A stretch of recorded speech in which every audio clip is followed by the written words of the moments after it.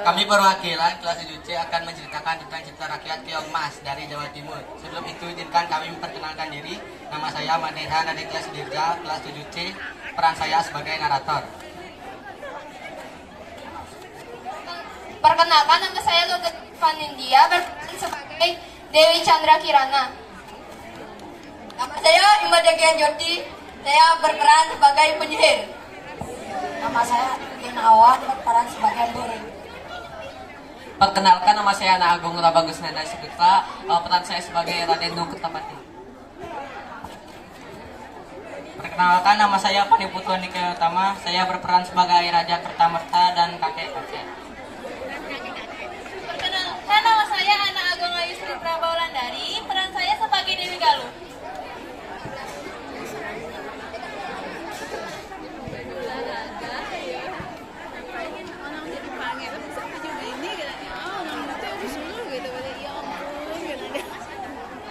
Cerita rakyat Keong Mas dikisahkan dahulu kala di kerajaan Laha yang dipimpin oleh raja yang bernama Kertamerta. Sang raja memiliki dua orang putri yang bernama Dewi Chandra Kirana dan saudaranya Dewi Galuh.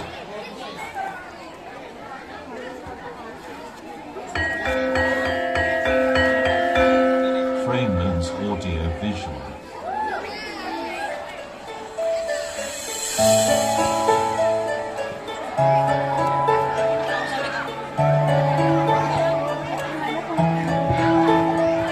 Ayah Anda sangat bangga memiliki dua orang putri yang cantik dan baik.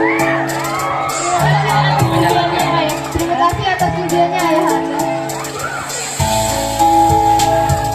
Walaupun keduanya putri raja, namun Chandra Kirana yang paling disayang oleh rakyatnya. Melihat hal itu, Dewi Galuh merasa iri dan lama-kelamaan ia merasa benci. Ih, kenapa sih Ayah Anda lebih menyayangi kakak Chandra Kirana daripada aku? Hingga suatu sehari, sang raja ingin menjodohkan putrinya dengan seorang pangeran dari kerajaan Kehuripan yang bernama Raden Inu Kertapati.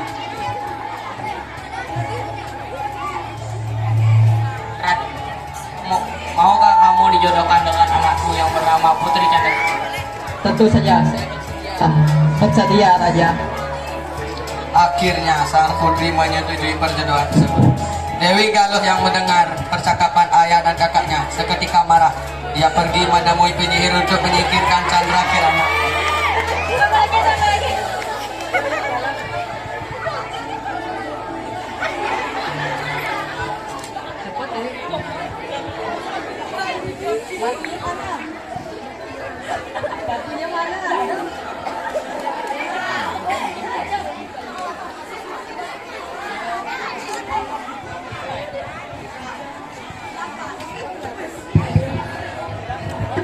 Ada perlu apa putri ke sini?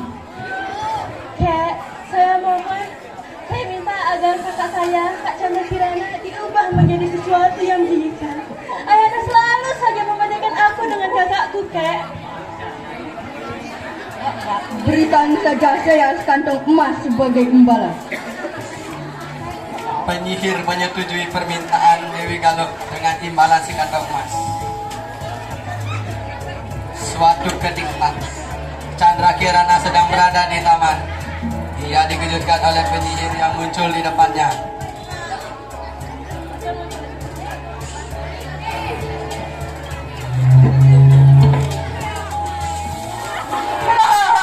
Siapa kau? Apa mau? Kau tidak perlu tahu siapa. Dewi Chandra Kirana segera lari. Namun dengan sikap si penyihir mengeluarkan mantra dan berubahnya menjadi Keong Mas.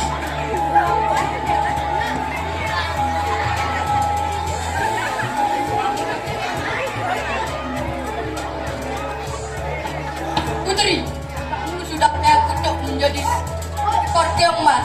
Namun,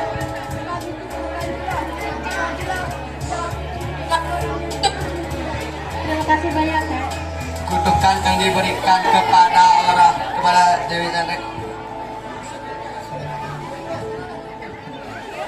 Kutukan diberikan kepada Dewi Chandra Kirana akan hilang jika dia bertemu orang yang tulus mencintainya.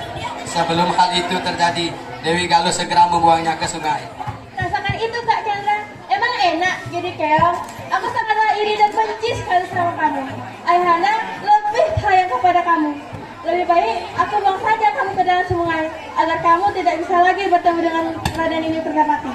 Hingga suatu ketika Kiong Mas disangkut orang janda yang bisa dipanggil Mbok Rondo.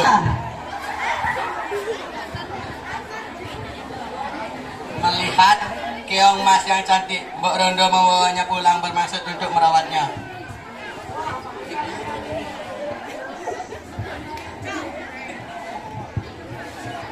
Wah, aku yang ini keramas akan Keesokan harinya, Mbok Rondo pergi berladang dan tanpa pengetahuannya, Keong Mas berubah kembali menjadi wujud manusia.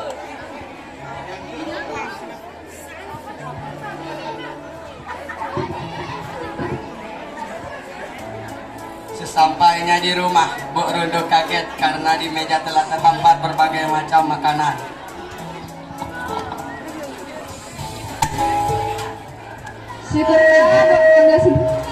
Keesokan harinya, Mbok Rondo pergi berladang dan hal yang sama terjadi lagi. Kejadian ini terus berulang-ulang hingga suatu ketika Mbok Rondo penasaran dan pulang lebih awal karena begitu penasaran siapa yang telah memasak makanan untuknya. Dia mengendap-endap memasuki dapur. Mbok Rondo terkejut.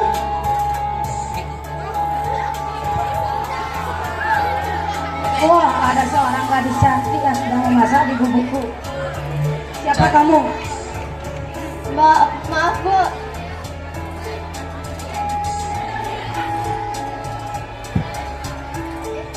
Saya Putri Canda Kirana dari Kerajaan Kaha.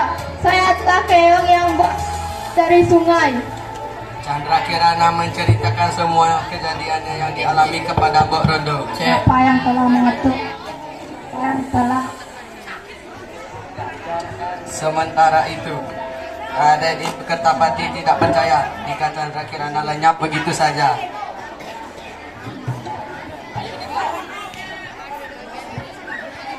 Raden, Putri Canda Kirana tiba-tiba menghilang entah kemana. Aku sudah menyuruh beberapa prajurit untuk mencarinya, tapi tidak ada hasil. Tidak, aku tidak percaya. Dewi. Tidak, aku tidak percaya. Dewi Canda Kirana hilang begitu saja. Baiklah, kalau begitu saya akan ikut mencarinya. Dengan tekadnya, Raden Inu Kertapati memutuskan pergi mengembara untuk mencari calon tunangannya.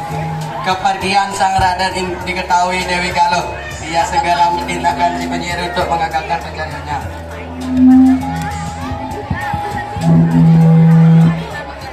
ada perlu apa Putri kesini lagi? Kek, gawat kek. Raden Kertapati ikut mencari Kak Chandra kek. Bagaimana jika Raden Kertapati bertemu dengan Kak Chandra kek? Tenang saja. Urusan Raden Kertapati serahkan padaku.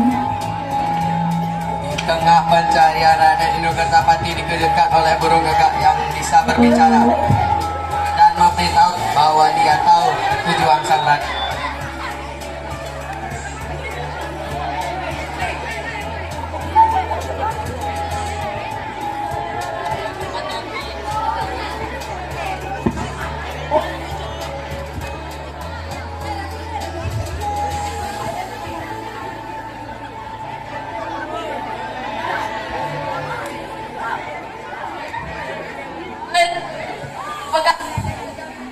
Putri Chandra Kir.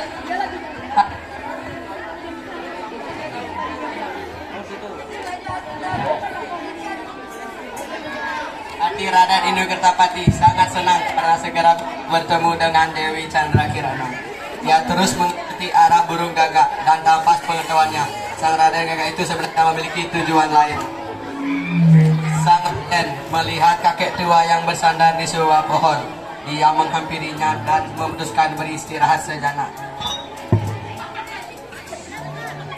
Sembari beristirahat, Raden Inu Kertapati menceritakannya semua kepada sang Permisi kek, saya sedang bingung di hutan ini.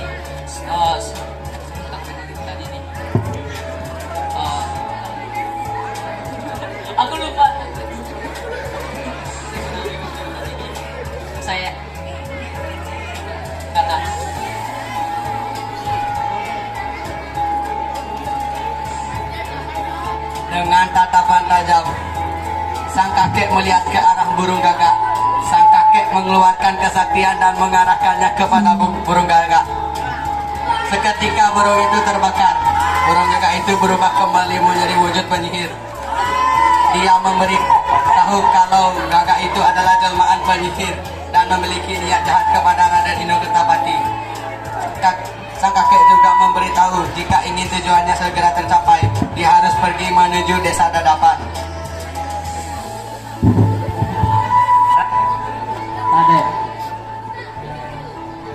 Raden, burung gagak itu adalah jelmaan penyihir yang berniat buruk kepada Raden dan membuat Raden tidak bisa bertemu dengan Putri Janda Kirana.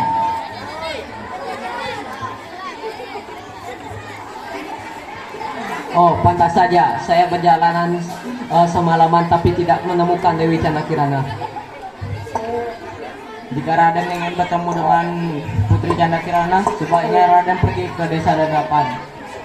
Terima kasih Kek atas petunjuknya. Sesampai di desa Dadapan yang dimaksud, Raden Inu Kertapati berhenti ke sebuah pondok untuk beristirahat dan meminta bekal air minum.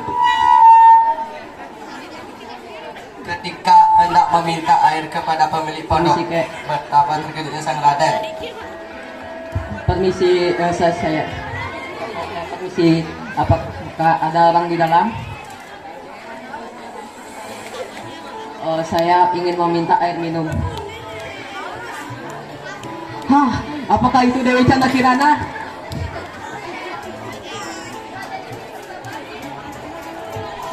Ternyata Raden pondok Kertapati, ini aku Dewi Chandra Kirana.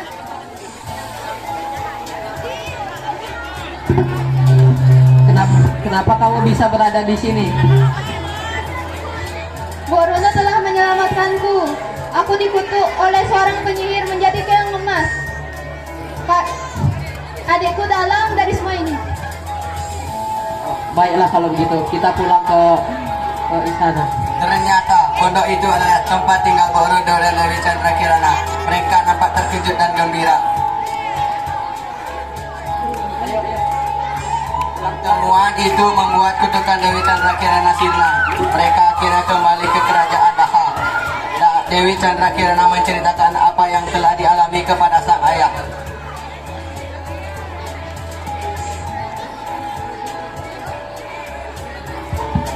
Syukurlah kau selamat nak. Ayah tidak menyangka adikmu berbuat seburuk itu. Adikmu telah melarikan diri dari istana. Sebaiknya kalian menentukan hari yang baik untuk menikah. Dewi Galuh segera melarikan diri dari istana karena takut mendapatkan hukuman. Akhirnya cerita Raden Inu Kertapati dan Dewi Chandra Kirana menikah. Kan Mbok Rondo yang telah merawat ikut dibawa pulang ke istana. Raden Inu Kertapati dan Dewi Chandra Kirana hidup bahagia. Tamat.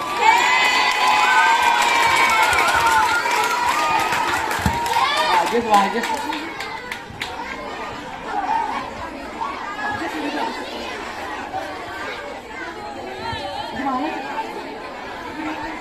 Kesan moral pada cerita Keong Emas adalah yang pertama, jangan iri dan dengki. Yang kedua, kebaikan berbalas kebaikan.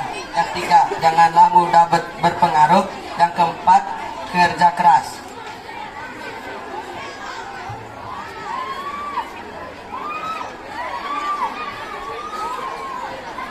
Sekian cerita yang bisa kami sampaikan. Jika ada kesalahan, mohon dimaafkan. Saya tutup dengan para mesanti. Om Santi Santi Santi Om.